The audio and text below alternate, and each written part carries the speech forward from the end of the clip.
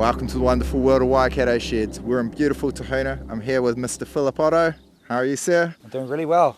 Awesome. So Philip's the principal of Tahuna Primary here, and they have been working away for the last, how long has this project been underway to cover the netball courts and the courts here?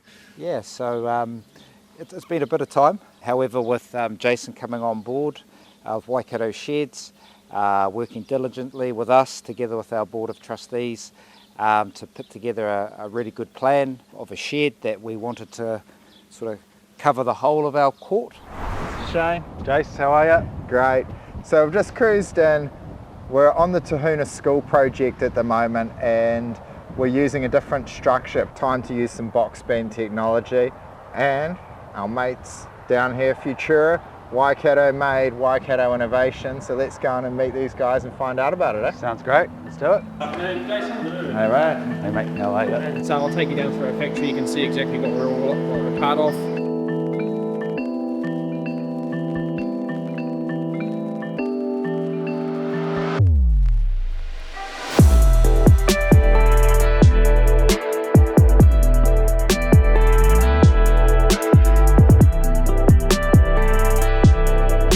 Awesome, so we're back at Tahuna. The weather is much nicer again today.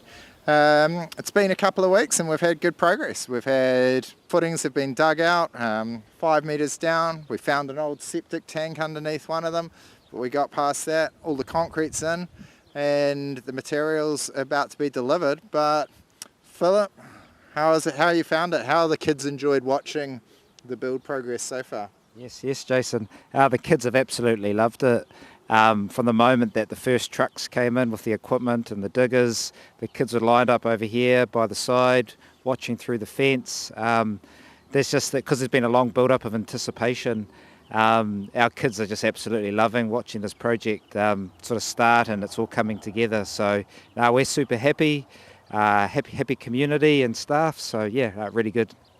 It's awesome. So we've been down, we've seen the kit set's going to be arriving today.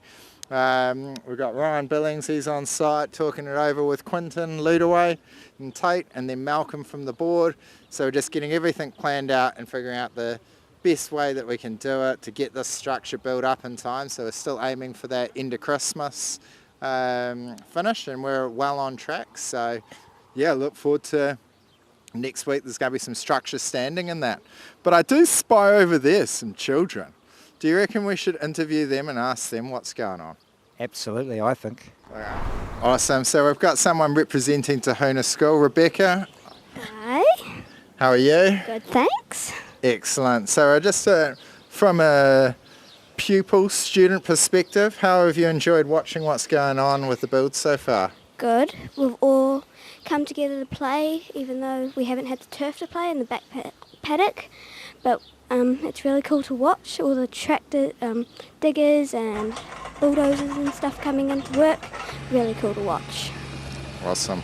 Any other highlights? What do you think's been the most popular for the kids to watch? Is it the diggers, the concrete trucks? The concrete trucks, definitely.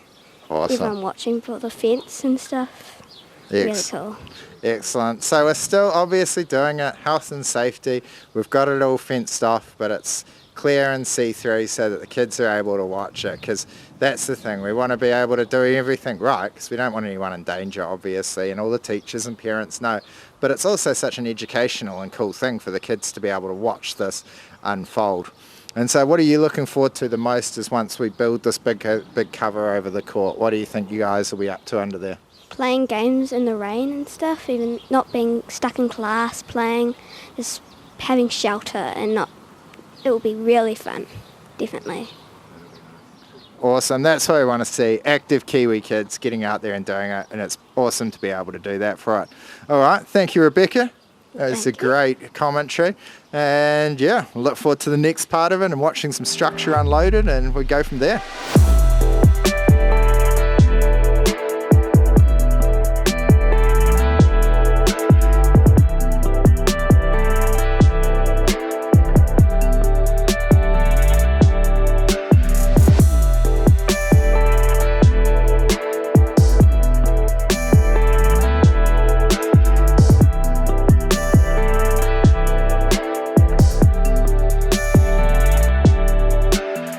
Awesome. So we're here with Quinton. We got Jono and Baz, the KT boys, unloading it with Ryan, Ludaway and Tate.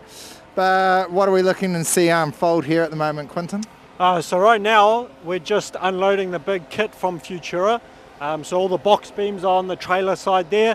A lot of kit, a lot bigger kit than what we usually get through our usual systems and stuff. But obviously all the fastenings and stuff. But it's a big load, and yeah, it's pretty cool to see the big truck on site loading it down and finally getting it on the ground here.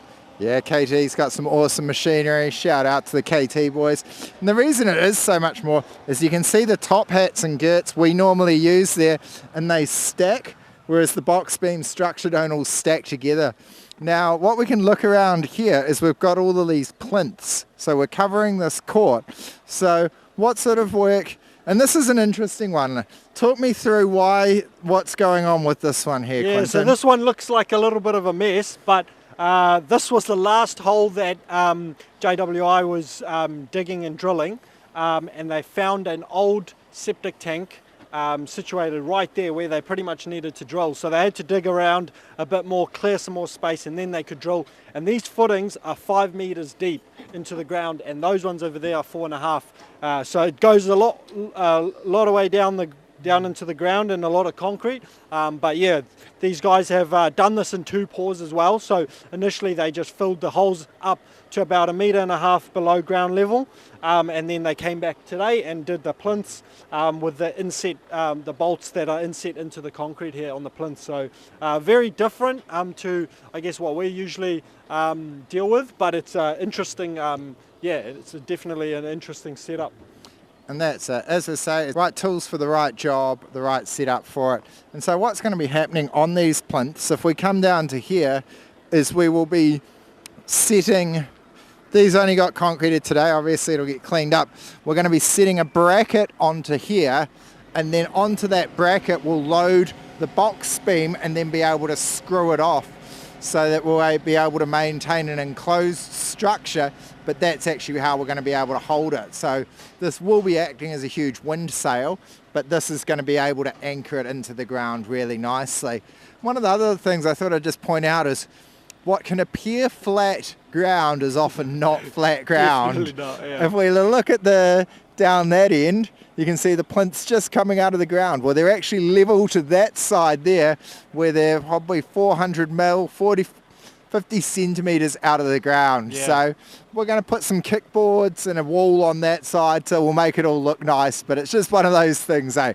I bet if you had to put $20 on it, you'd say that was a flat court. Yeah. I think everyone that's come to visit, they've said, oh, this court used to look level, but now when you look at it like that, it obviously shows it's kind of sloping, which I guess natural drainage and whatnot. But yeah, it's quite interesting to see that difference here, eh? That's it. And I'll make a shout out to another great Morrinsville firm. We can't really show much of their work, but STS Drainage have worked in with us doing the stormwater system here. And what's been really good is they had an initial plan, and it was great, but it was pretty expensive, as we were able to go back and say, hey, look, we're working to a specific budget here. Can we do it? And they were able to rework that plan to provide proper stormwater system, but made more economically for us. Yeah. And so we've got a huge 72 square metre pit in here, yeah, all full of rocks already. So all the water is going to drain from this roof into this pit and then run off down into it. Yeah.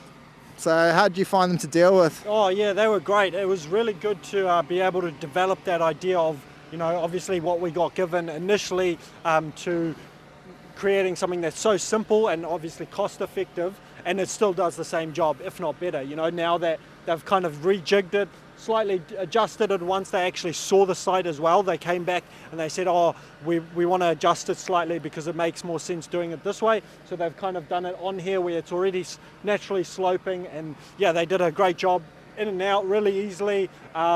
No hassles, obviously tidied it all up and helped us with getting it through council and everything, all the inspections. So yeah, STS, shout out to them. They did a great job out in Morrinsville. Yeah. No, it's great. That's it. It's one thing to draw it on paper, another thing to make it reality. So, that's really great, and it's great to see. GHL, temporary fencing, great guys. They're actually hooked up with our mates over at Connect, so we're hanging out with them. So they've been great. We needed temporary fencing on site, gave them a call, they got it straight within a day to us as well. So that's great, but we've got the crews working great in the background there and getting all the structure unloaded, so it's going to be really exciting over the next week and two, watching this unfold and turn into a massive structure.